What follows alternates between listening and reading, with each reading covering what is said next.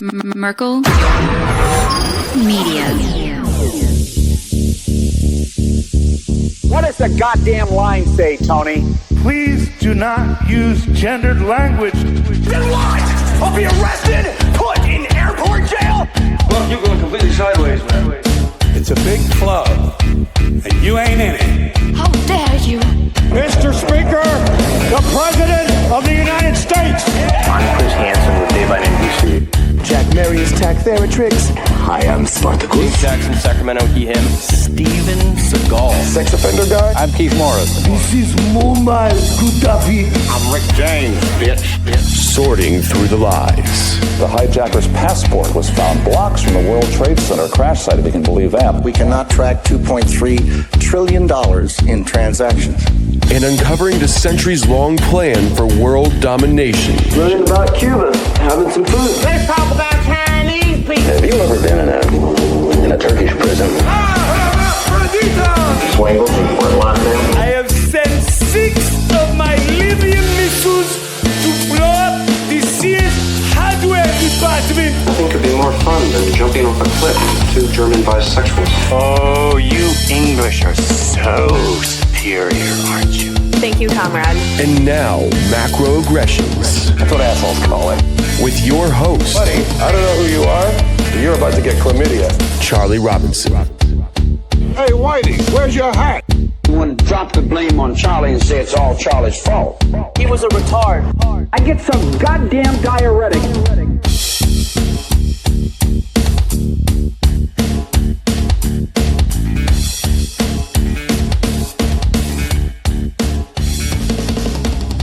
Welcome to Macroaggressions. I'm your host, Charlie Robinson. If you're watching us on Rockfin, Odyssey, Band.video, Vigilante.tv, or you're listening wherever podcasts are served, thank you so much. We appreciate the support. If you want to connect with us, the website is theoctopusofglobalcontrol.com. You can follow me on Twitter at Macroaggressions, and the Instagram is at macroaggressions_podcast. Thank you so much to our sponsors. They make the show happen. Chemical Free Body has been with me since the beginning, and Tim James is over there. He's a mad scientist. He's making supplements that actually work. Imagine that. Imagine that in an industry filled with scammers that are selling you sawdust. Tim James is insane. He wants everything to be perfect in his formulas. I've been taking Green 85 every single morning for over 3 years now. I swear my wife can attest to it. She looks at me and says, "You're drinking that green stuff again?" I say, "It looks bad, but I assure you, it tastes pretty good.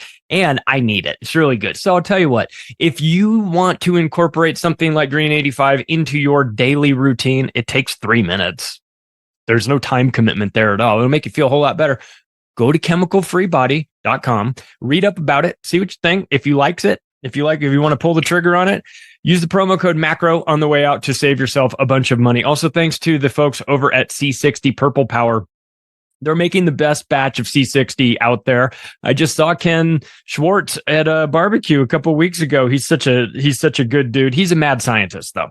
Just so you know, he's a physicist who discovered that when you're working with radioactive materials, you need to take a supplement that keeps you alive. He said that there was an absence of long-term nuclear physicists. They just didn't make it. And what he discovered was that C60 was a substance that was helping them stay alive longer. So he left nuclear physics and started C60 Purple Power. And I'll tell you what, you can read all about it over at shopc60.com. It's a free radical sponge. It's the most powerful antioxidant known to mankind. It's hundreds of times more powerful than conventional antioxidants. It was theorized by Buckminster Fuller back in the 60s. A team of scientists discovered the C60 carbon molecule in the late 80s, and they won the Nobel Prize for it. So it's a big deal. And if you've never heard of it before, then shame on you. How dare you? Go over to shopc60.com, read all about it. Use the promo code MACRO on your way out to save a little bit of money. Oh, I'm so excited for this one. We've got Amy Belair here, everybody. Hi, Amy. Good to see you.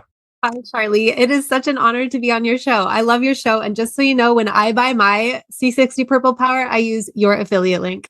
Woohoo! Thank you. We appreciate that. I'll tell you,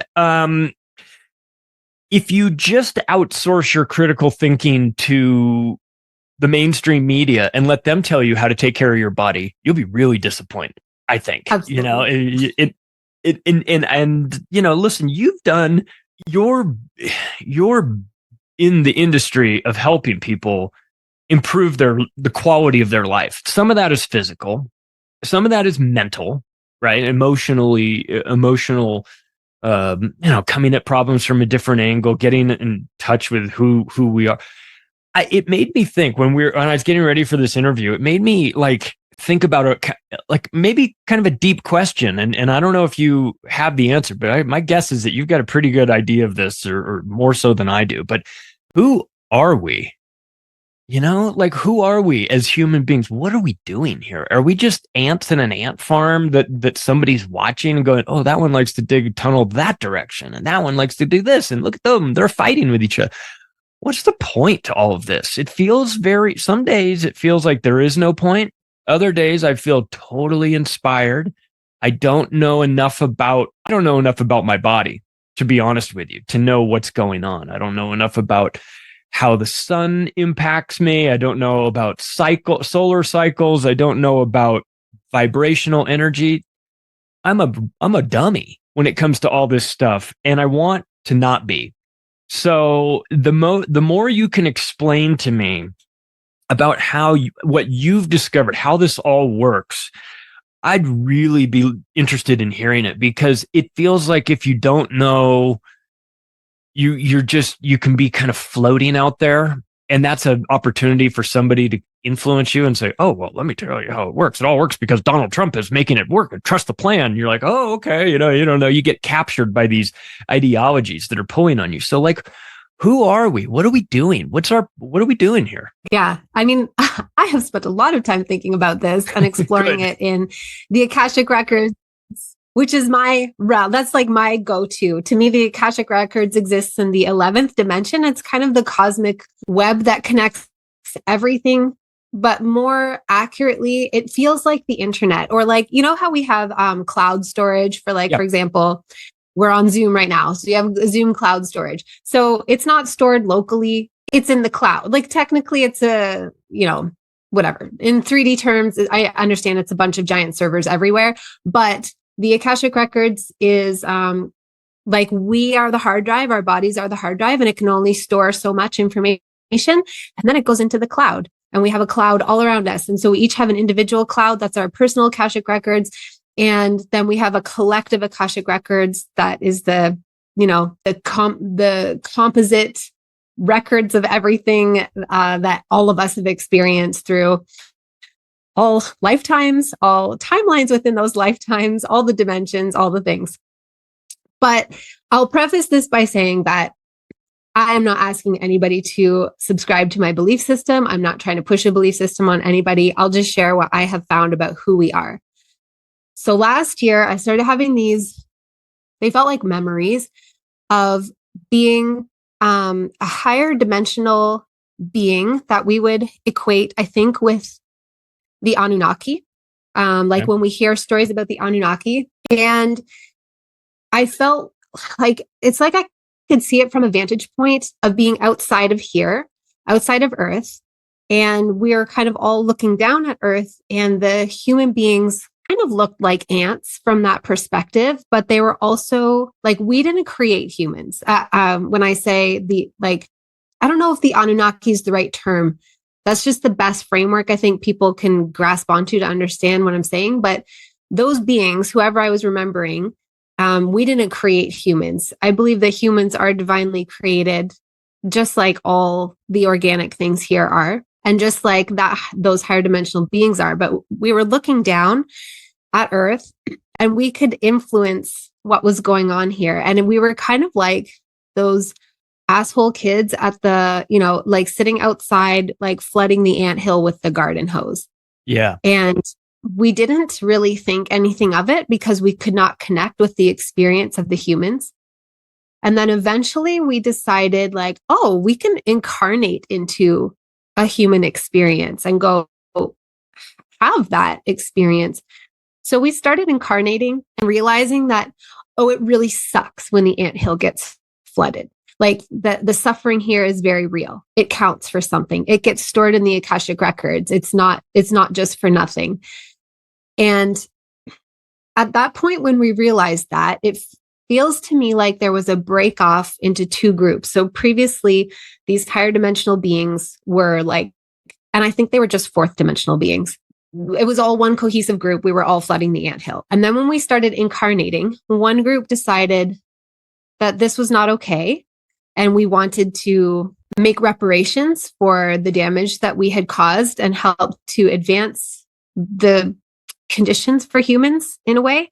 And the other group decided like, no, this is our, it's kind of like our Westworld. This is our playground. Like we want to prune the development of humans and keep it so that we can continue to incarnate here and have all of our pleasures and have a good time. You know what I mean? So I started seeing it like that and remembering all of that. And then I started to get all this information about who and what humans actually are. And I understood that we are the guardians of free will. So if you're born into a human body, then you are meant to exist within the bandwidth of the third, fourth, and fifth dimension. That's where your body is meant to be. Mm-hmm. And at the third dimension and the fourth dimension, basically we are the guardians of free will. So we have a ton of power, so much power. We don't even realize how much power we have. That's the gigantic, cosmic, ridiculous joke, is we think that we're so unimportant and insignificant and powerless, but actually we are the ones that are choosing in every single moment. It's impossible not to choose between, I don't know, opposites, like the light and the dark, good and evil, whatever. We are the choosers and we are the experiencers. And as such, we then create through that choice and that experience. And it's like wielding a double-edged sword, one of those giant Valerian steel long swords from Game of Thrones. And we don't even realize that we have that power and we're doing it all the time. And I saw that we also have all of these functions through our 7 chakras that we are completely unaware of. And from my perspective, it looks like that is deliberate. Yeah, it's deliberate. Like our shit has been scrambled through multiple lifetimes by that group. I call them the Enki group and the Enlil group. Yeah. So we hear about them. Yeah, they're the ones that want to uplift humans. The Enlil group is the ones that want to keep us down so that we can just be used for their enjoyment. And the Enlil group has been extremely successful at scrambling our shit through all of our chakras. So we can't remember how to use them. We don't remember what sort of like magic and gifts we naturally carry in our chakras. And we kind of function ass backwards.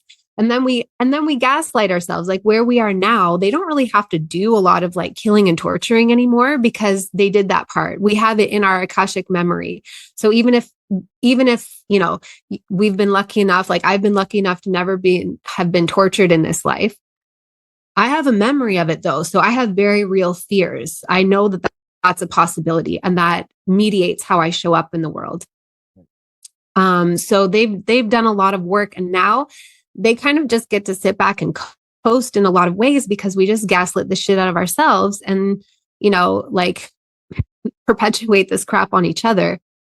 But actually we are, I wouldn't call us the center of the universe or anything like that, but we have our place that is very, very important. And when I see our original divine blueprint, sometimes it moves me even to tears because we're so far from it. And we're capable of so much. We can create something so beautiful in this world, but it's going to be quite a process to get back to that place. But I believe that's what's happening right now is we're moving back to being able to remember all of those features that we have and those abilities that we have. There's a scene in the movie Contact. Have you seen that movie with Jodie Foster and Matt McConaughey? It's based on a book written by Carl Sagan, and there's a scene in it where she travels. They give her this encoded message. They build this this time traveling ship, sort of. And Jodie Foster is the astronaut. She volunteers. They put her in this.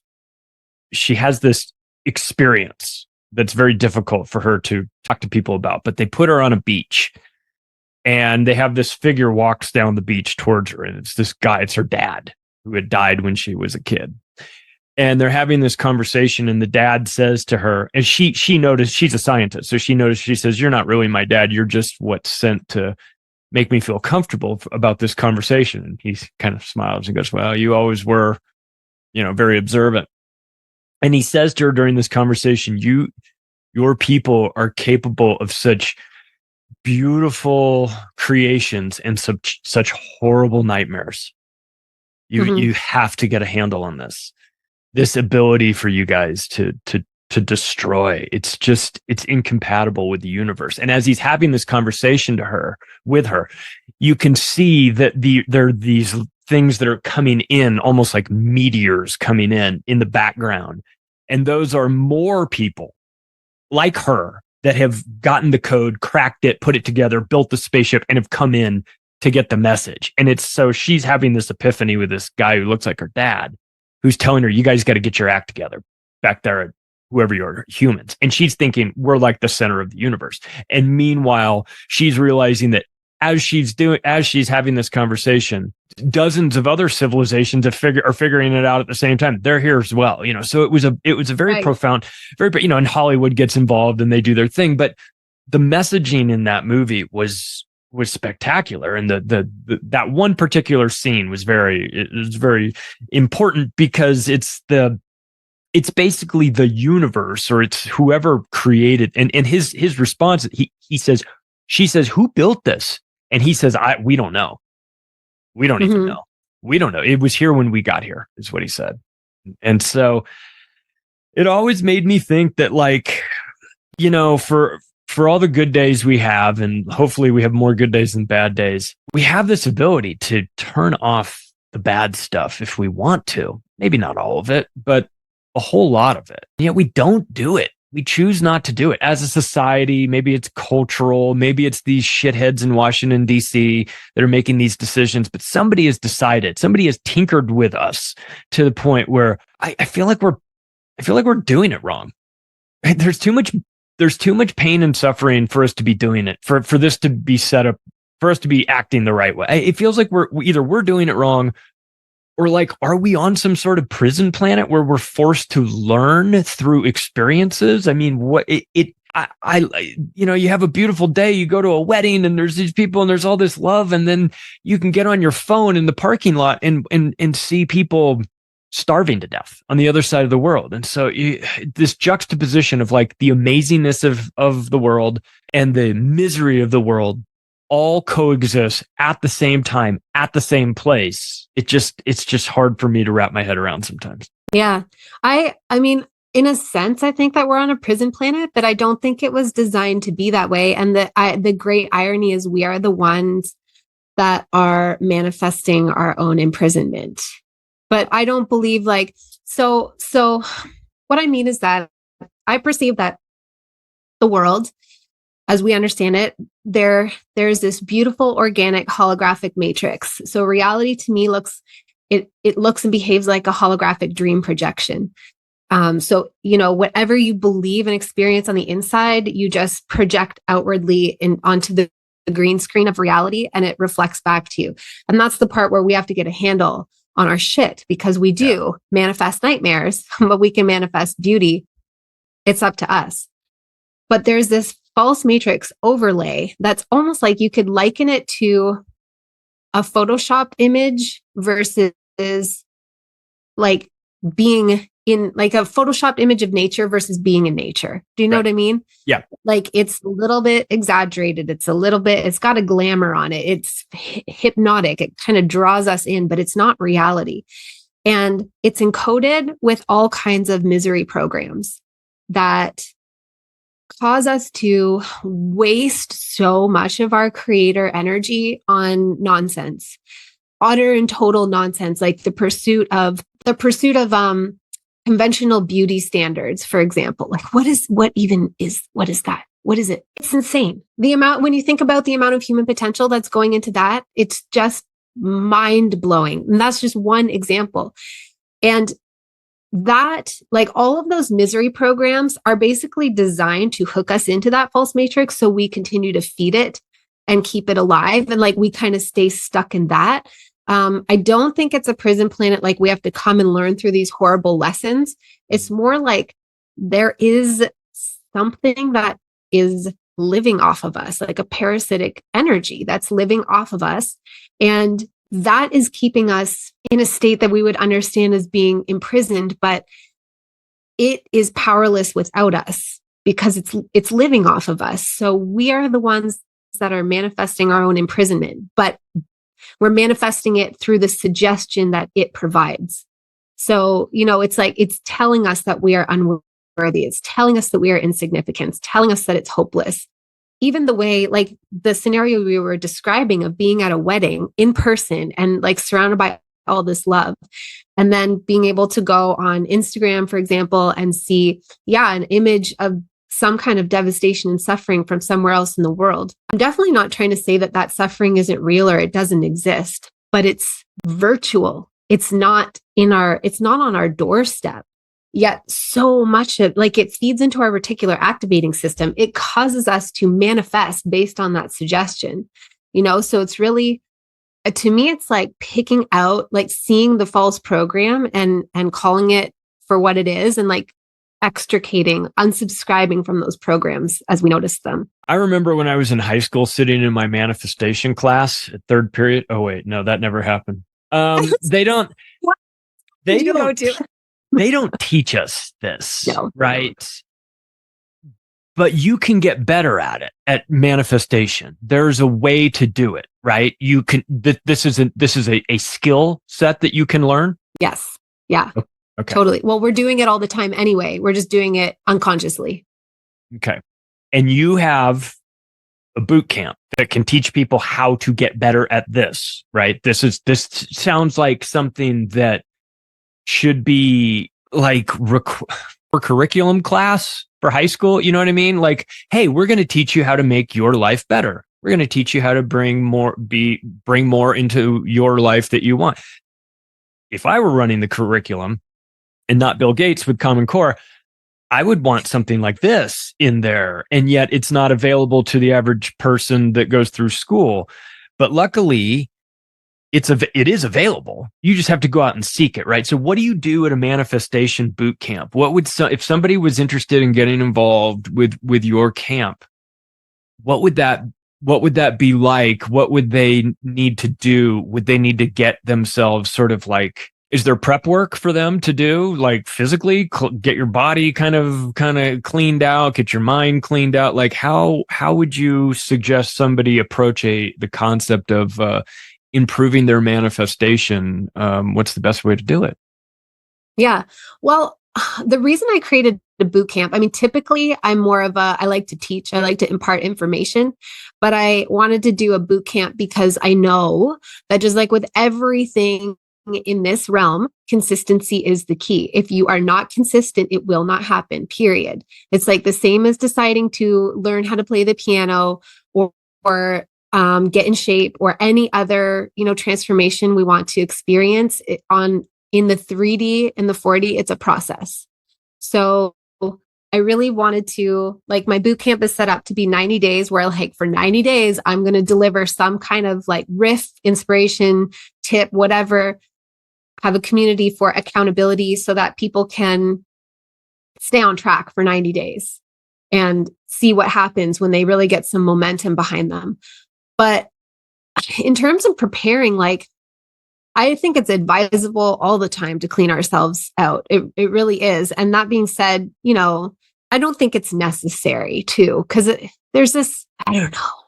It's easy to fall into the perception that I always have to be doing something to improve myself or fix myself or something like that, or I'm not good enough the way that I already am. Like, I think somebody can definitely be eating Doritos and drinking beer and manifest. They already are. Thank God. They can be playing bingo and chain smoking and be manifesting all the time. But definitely, like, if one wants to really up their game and open up their psychic channels, cleaning oneself out is a really good idea. I heard but you in terms of go ahead. No, go ahead. I was just going to say, I heard you on with Brandon Thomas on Expanding Reality, talking about parasite cleanses, talking about the things that come out of your body. To me, it seemed like, oh, that would be a good idea to do regardless of what you're doing, Yes. right? Get the parasites out of your body. Totally. Because I honestly think the parasites are a physical manifestation of the astral parasites that they're the ones that are harvesting off of our energy. And if you can get rid of that, right? If you can get rid of somebody that's stealing your loosh, your spiritual energy, then, well, I guess I would suppose it does two things. First of all, it obviously gets rid of that factor, but then it frees you up to use more of that energy for yourself, right? Like just it's the simple act of removing them. And I did an ivermectin parasite flush a couple months ago. I was listening to you guys talk about it, and I was like, I got to do it. And then Lindsay Sharman's like, oh, there's ivermectin, you can do this. And so I had a bunch, and I had a really weird response to it. Like day 3, my left leg, like above my ankle, but like between my calf and my ankle, was just buzzing. It just felt like it was buzzing. And in my mind, I'm going, oh, I have tiny parasitic worms that have come into my foot somehow, and they're in my left ankle, and they're all dying right now. They're all getting zapped by this ivermectin. I have zero proof that any of that stuff was actually happening, but in my mind, that all was happening. But so again, maybe it wasn't doing anything. Maybe my mind was killing parasites. We never know how strong that is. But it seemed to me like anything that you can do to remove something that's inside your body that is sucking your energy, whether that be a physical parasite, or let's take it a step further, whether there's somebody in your life that is like an external parasite that is sucking your soul or your desire or your goodness or whatever, right? We think of internal parasites, but external parasites, just as bad, right? Maybe even worse. Yeah, totally. No, for sure. Those things, like, that's just it. Is like I think we're in the process of raising our standards and just being like, it doesn't have to be this way. And it doesn't mean that we're gonna like fix it all this year or this decade or whatever. But every move that we make in the direction of raising our standards and clearing out everything that doesn't serve us, as cliche as that sounds, it adds up, because exactly like you said, it liberates so much energy. So if you think about that person in your life that's just sucking you dry, that person, I like to think of the friend that they always have time to talk about their shit. And once they've unloaded on you, they're like, okay, I gotta go, bye. And it's, like those examples or people that just are always taking you down when you're trying to get ahead or make some changes, they just cut you down, whatever. Like, those people are taking up so much energy in our lives. The parasites, the literal physical parasites that live in our body, are shunting away energy that our body needs to heal and restore itself. It's all taking us away from functioning at our, even close to our peak expression, basically. And everything that we can do to raise that standard, it really goes a long way. And when you learn about, compound interest, if you've ever seen those YouTube videos of how a penny a day ends up for 31 days equals like 2 point something million dollars. At first, it feels like nothing's happening. It feels like it's pointless. It feels like we're making these big changes or we're putting this effort in, whatever, for nothing, but it compounds. And I think one of the biggest things working against us is that we're very programmed towards entitlement. I was talking about this with my mom last night, because I have an 18-year-old son and he's an amazing person. He's so grounded and so like just has a good head on his shoulders. But I still see the way the entitlement program is working with him. Like he wanted to get a car before he took a driver's training class. And, I just have to remind him, like, that's not the way it works, son. That's not serving you. Like, you don't just get the thing without putting in the time. But it's not because he's a bad person. It's because I perceive that we're deliberately programmed with this entitlement bullshit so that we don't want to put the work in to improving our own situation. And we want the good thing to happen right away. We also live in the age of Amazon and, the internet and instant gratification. So those two together really, really make make it hard to take responsibility, plus all the victim programming. Oh yeah. And all the social justice crap, it's just like all of it combines to make us just want to stew in our victim shit and feel like somebody should be coming to help us. Somebody should be handing something out. We don't want to put the work in.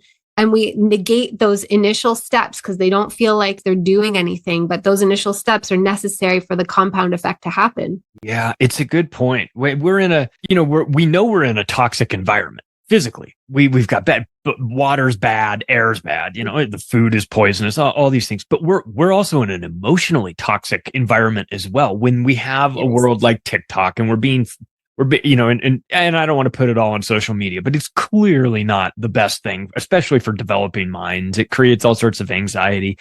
But we unfortunately, at least here in the West, we tend to like the toxicity of it all. We tend to get into it. We tend to watch bum fights. You know what I mean? Like we watch crazy stuff on, I feel sometimes like they know us better than we know ourselves, or that they find the insecurities in us in social media and play that up. I mean, everybody wants to be a social media star, of course. And that I think is disappointing when you find out that you're not going to be one, or even if you are one, like who cares? Like I don't know that that's something to aspire to.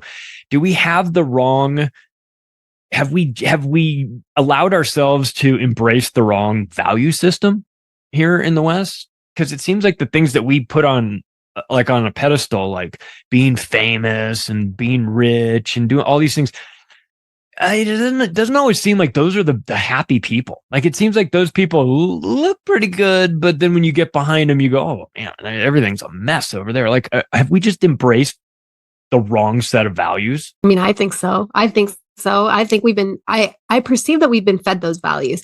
And even as I say all this, I want to also clarify that at a higher dimensional level, it's all us. So on the ground level as a human being, I do perceive that there is a group that's fucking with us, basically. But to only see it from that level just keeps us in a state of polarity where, it's us against them. That doesn't get us anywhere. So at a higher dimensional level, it's kind of like realizing that we're all the characters in the dream of great dreaming mind. And just like when we wake up from our own dreams, turns out the bad guy was actually us and everybody else was us. It's kind of like we also have to transcend it. It's like holding the duality. Like, yeah, there is a group that's messing with us. And also we are not powerless to them because we're all the same consciousness. But yeah, when I look at it, I think that we are being fed values that do not, I just ask myself, like, who's this actually serving? Right there. Sorry, I don't know if the internet here is bad or what's going on. I think mine says that my internet is unstable. Sorry, my internet is unstable. I apologize. Maybe I'm unstable. I don't know. Could be both. No worries. No worries. What is you said that we're third, fourth, and fifth dimensional beings. 3 dimensions, I understand. What's the fourth and fifth? The fourth dimension is the astral. It's the, when people talk about astral traveling, that's where they're going, into the astral. It's also the dream realm. So that's where all of our dreams happen. And it's also time and space. So the third dimension is, physicality, like volume, dimension. The fourth dimension is what allows chemical processes to occur so that nothing is static forever in that 3D form it takes. It eventually changes. And then the fifth dimension is this place where right now, we are super programmed to be in our brains. So to interface with reality through our brain, the ideal place to interface with reality is through our heart. And a lot of us, I think, are in the process of being guided down into our heart. It's very painful. It usually involves a lot of upheaval and deep introspection on a level that most of us would rather not do. But when we're seated in our heart and we're super open with each other and ourselves and our environment, we are reading things on a truer level. Like we're taking in the true information. Like we could connect with each other heart to heart and know the other person better than we can if we're connecting through our minds. And when we're truly anchored in there, and the majority of us are anchored in there, it's like we remember that we actually are all one. This is actually a dream. We are the lucid dreamers within the dream. And yet we still get to retain a sense of individuality. And from there, we can create something truly beautiful because we understand what this is. So right now, I perceive that we're more in the fourth dimension than the third. Like most of us aren't even deeply anchored in our bodies anymore. We're all in our head. We're thinking about things, feeling things, and we're working through all of the stories that we carry. Like we all understand ourselves and understand reality through internal narratives. Like I'm this person and this is what always happens to me. And this is the kind of relationships I have. And, whatever. Sometimes they're good stories. Sometimes they're not so good stories, but we're working through the fourth dimension. And that's where all the manifestation occurs too, is like really realizing that this is a holographic dream projection and you can manifest anything. You just have to get a handle on your internal shit to do so. Yeah. You got to be careful what you ask for, right? It's like the genie with the lamp, where you got to get some clarity on what your wishes are before you start wishing for them, right? Because they might come true. Yes, totally. Yeah. What about the inverse of this? Is there such a thing as dark energies? There's a negativity that comes over some people that I spoke with a lady many, many years ago who was a friend of a friend, and she was a psychic, not a neon sign on Main Street psychic, but like right. On the down low, did that with clients professionally and didn't really talk too much about it with people that didn't know what she was doing. I got introduced to her through my friend. And the first time I met her, I walked in, didn't know her, never met her before. And she said, "Oh, no, it's nice to meet you. Your dad is with us here tonight." And I went, "What?" And my friend grabbed me and he goes, "It's cool." That friend later killed himself. And I spoke to that psychic. I stayed in touch with her, especially after this. And I said to her, I remember having like a 4-hour phone conversation with her about how it all works and I remember saying to her, "Well, if you ever talk to, my friend, make sure to tell," and I couldn't even get the words out of my mouth before she said, "Let me just stop you right there. I can never speak to him. He's gone to a place I can't reach." And I remember feeling like this chill in me. And I never understood suicide. It's a part of our society. It's a part of our culture. It's obviously, it brings up a lot of really heavy emotions.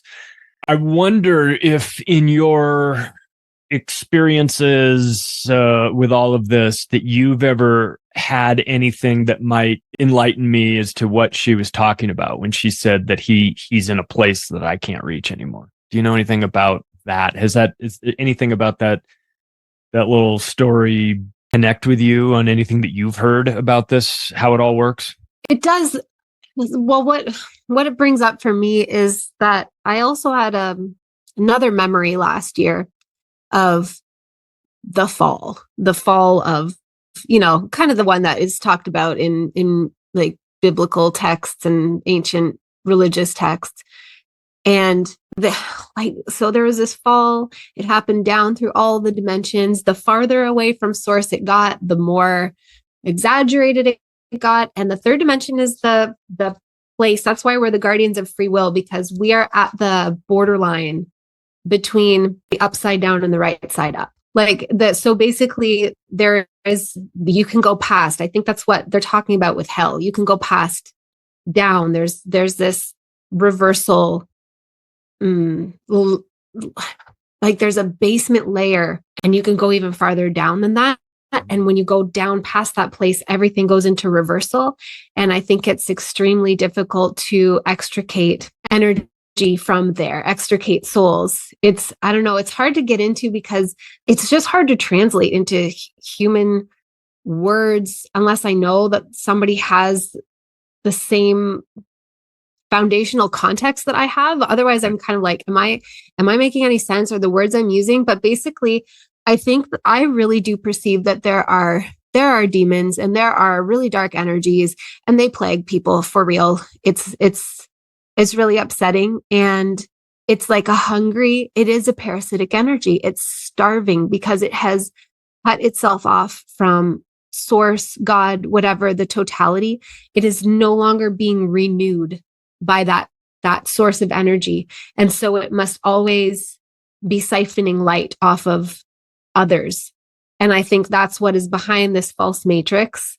And that's what's really behind suicide. Like, I perceive that people do have entity attacks, and they do have dark astral parasitic energies that mimic their own voices and say terrible things to them and plague them all the time with intrusive thoughts that then engender really painful emotions.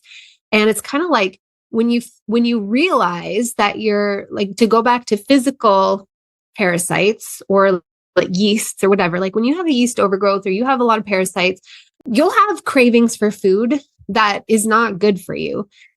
You think it's your craving. It feels like your craving, but it's not. It's the craving of the yeast, let's just say. And it is releasing chemicals that cause you to crave it. It doesn't feel separate from you. And I think it's the same with astral parasites, where they'll have these intrusive thoughts that are looping over and over purposely to create these painful emotional responses, which then allow these parasites to siphon off their light. And I do perceive that it gets really dark, and there is a darkness that would like to take us down, all the way down. And for whatever reason, I think it's so individual. It's hard to extrapolate in generalities, but some people encounter that and others don't. Is there a way to, if somebody has something like that or believes they have something like that inside, I'm not talking about the yeast stuff. My functional medical specialist, Christian Jordanov in Portugal, has got me on stuff to get rid of 2 different yeast stomach issues that he found when he did my urine work. In fact, checked all my stuff and said, "Oh, you've got some gut issues going on. I've got take this and take this. You've got candida. We can get rid of it with this and this." And you go, "Okay, great." He diagnosed it. He recognized what was going on based on that, and he said, "You have this situation going on here." But if there's not a functional medical specialist that you can talk to, but you've got a spiritual parasite attached to you in some way, shape, or form that is beyond maybe even your understanding, what would you even do to get rid of it?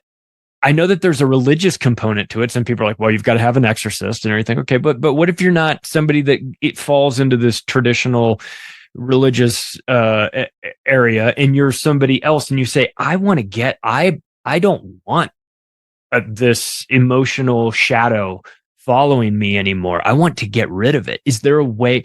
Do you have to fight that battle? Do you have to can you ask it to leave? I mean, have I watched too many movies?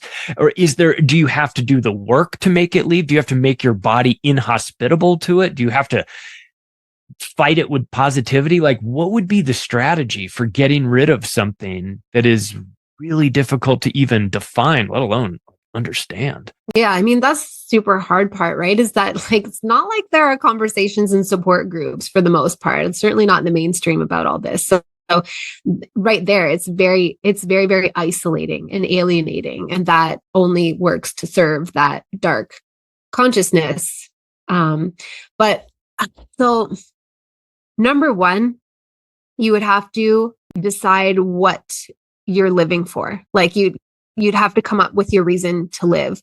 For some people that might be our children, if we have them, or our close relationships. It's almost always about love, because at the end of the day, really nothing matters. Like for all of us on our deathbed, however it comes, I think all we're actually thinking about is the love that we shared and created, and regrets around that.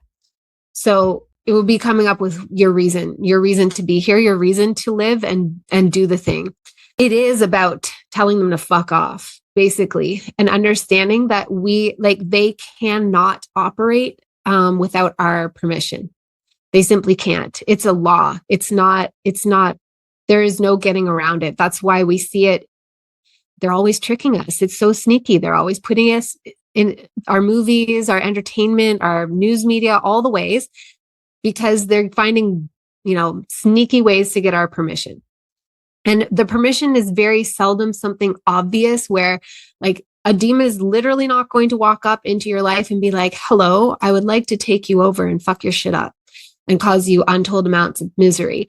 No, they're going to come in through the side door in some, some little way that we can, if we're very self-aware, which is why I think there's a lot of noise in our lives so that we're not self-aware, we can feel that first place where it comes in and it just feels like a little, like I don't want that in my field, but we usually override it.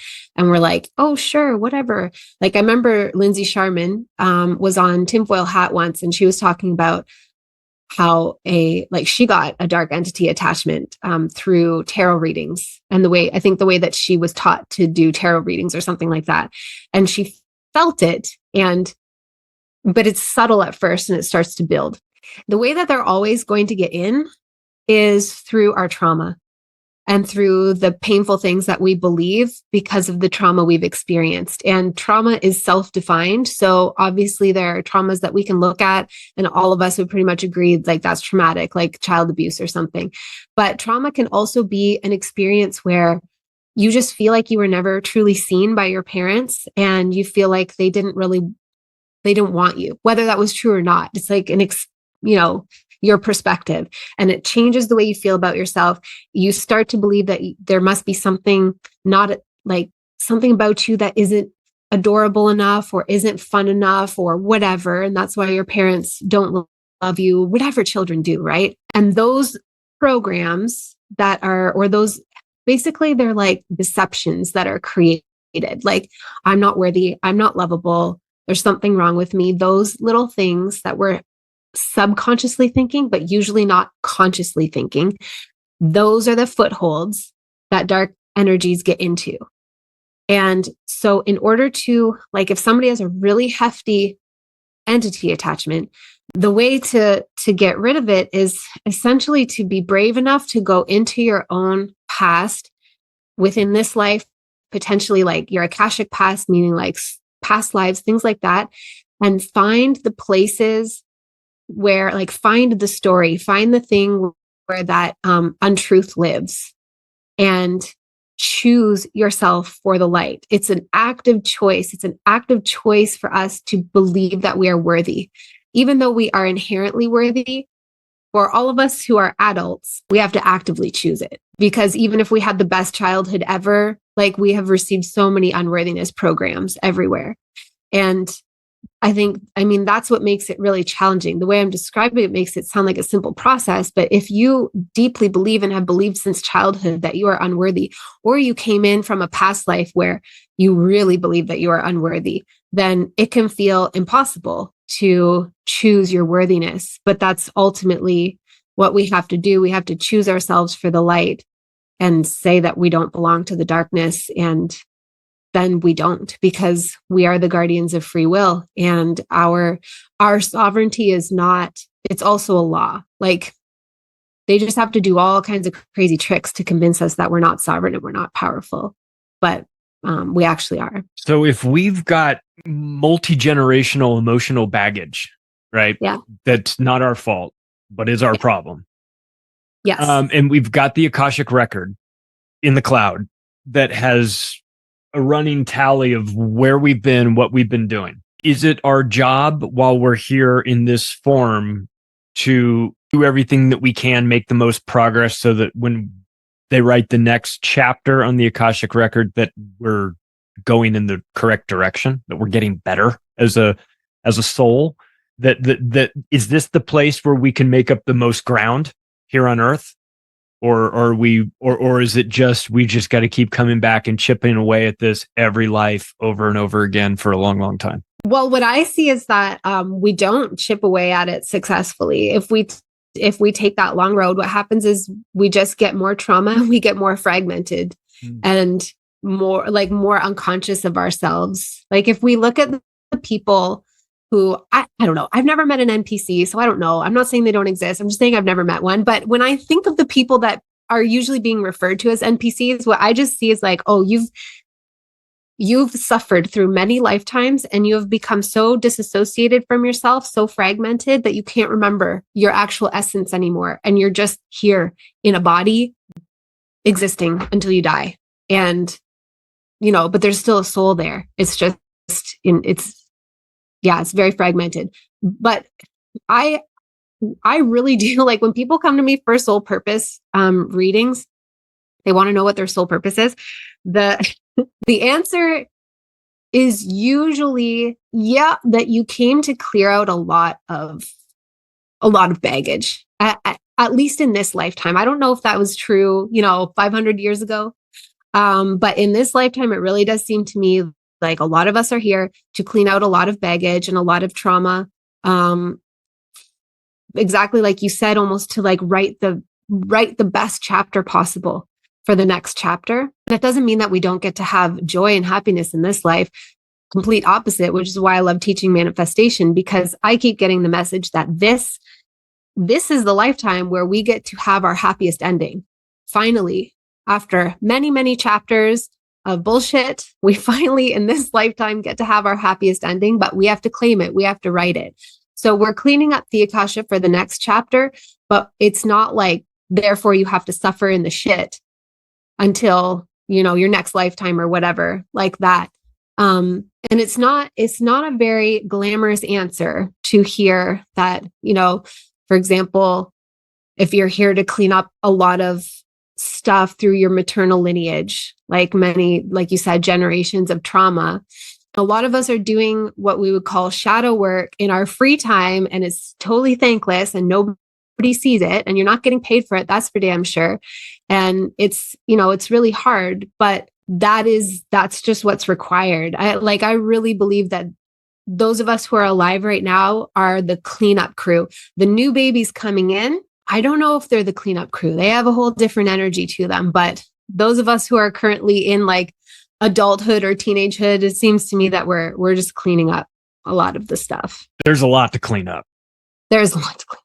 We've done a lot of this to ourselves as well. It feels like we're at I don't know. It feels like there's a segment of the population that is content to never dig even the slightest bit below the surface of what they're told. They don't want to know what's going on. I want to know.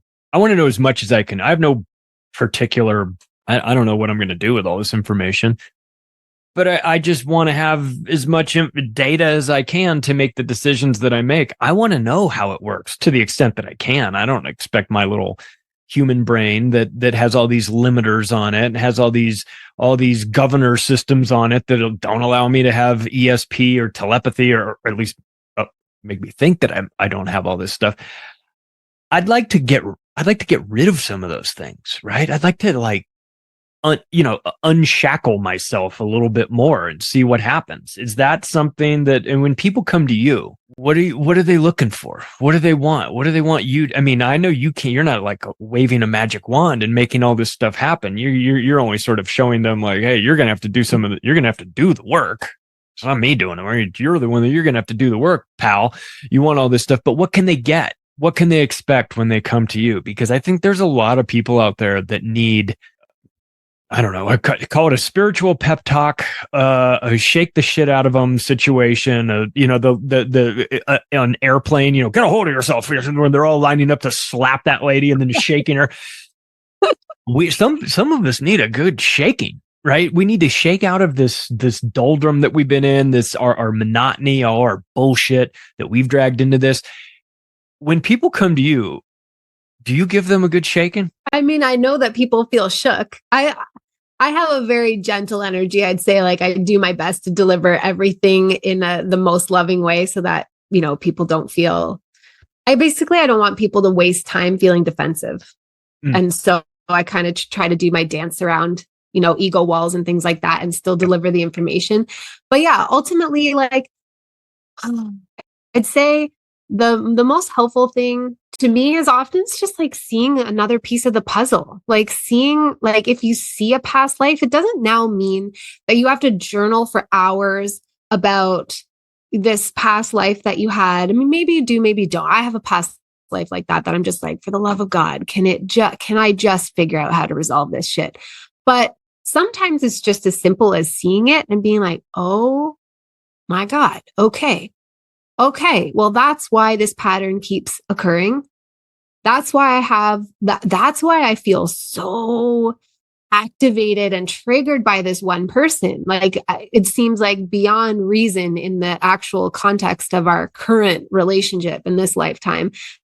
You know, like sometimes you just get that validation or confirmation, that extra piece of the puzzle that helps you to see what you actually have to work on. And then sometimes people are coming because they just want to be seen. I honestly think that is one of the biggest wounds that most of us carry, is that our parents couldn't see us. Our teachers couldn't see us. The adults in our lives were also traumatized. They were also carrying around their own stuff. So when we were young children, we were not actually seen for who we are. And then you learn how to construct a veneer, a false facade that you present to the outside world to get your emotional needs met. We have to do so much work to deconstruct that. It's crazy. So I think sometimes coming to a reading and being actually seen by somebody is just like, it's almost like you get that need met finally and you can get over it and move on to other stuff, you know? So yeah, I think that's what, like, most of the people who come to me have already had their bitch slap moment. Like life already was like, get a hold of yourself. And then they find my podcast and they're like, help me. Well, your podcast, Third Eye Awakening, is available. People that want to go check that out, people that want to sign up and work with you and start down this process, or maybe get involved in the manifestation boot camp. What's the best place for them to make that happen? To take that step and decide, much like I talk about with my sponsors that have health supplements. It's like, this is all here for you. It's going to be up to you whether you decide that you want it. When you decide that you want it, maybe it's not today, maybe it's not tomorrow, but when you're ready for it, it's here for you. So when people are ready for you, what's the best place for them to get a hold of you? Yeah. amybelair.com is where everything lives. I also am semi-active on Instagram. I have my moments where I'm like, I can't handle this social media shit. I get it. But I usually post to my stories at very least. So I'm cosmic.oracle on Instagram, and I will never, ever send you a private message soliciting a reading. There are imposters. So just know that if ever somebody reaches out to you and being like, Grand Rising, beloved, the ancestors drew me to your picture and I have a message for you about love and money. Would you like a reading? It's not me. And then I also have a Facebook group called Soul Space. It's a private Facebook group, but it's totally free. And it's just a beautiful place where people go and ask their random questions around spiritual awakening, psychic development, any of the things. It's a great space. So if you're on Facebook, you can come check it out. But if you do get an email from Amy talking about how you can make a lot of money with Bitcoin, that is probably her. She's trying to scam. No, that's definitely not me. That's not her. I cracked that code. That's Amy Belair, everybody. Go check out her site. Go get your oil changed. Go get your emotional oil changed. All right. Go talk to somebody and see how you feel. See if you feel any better.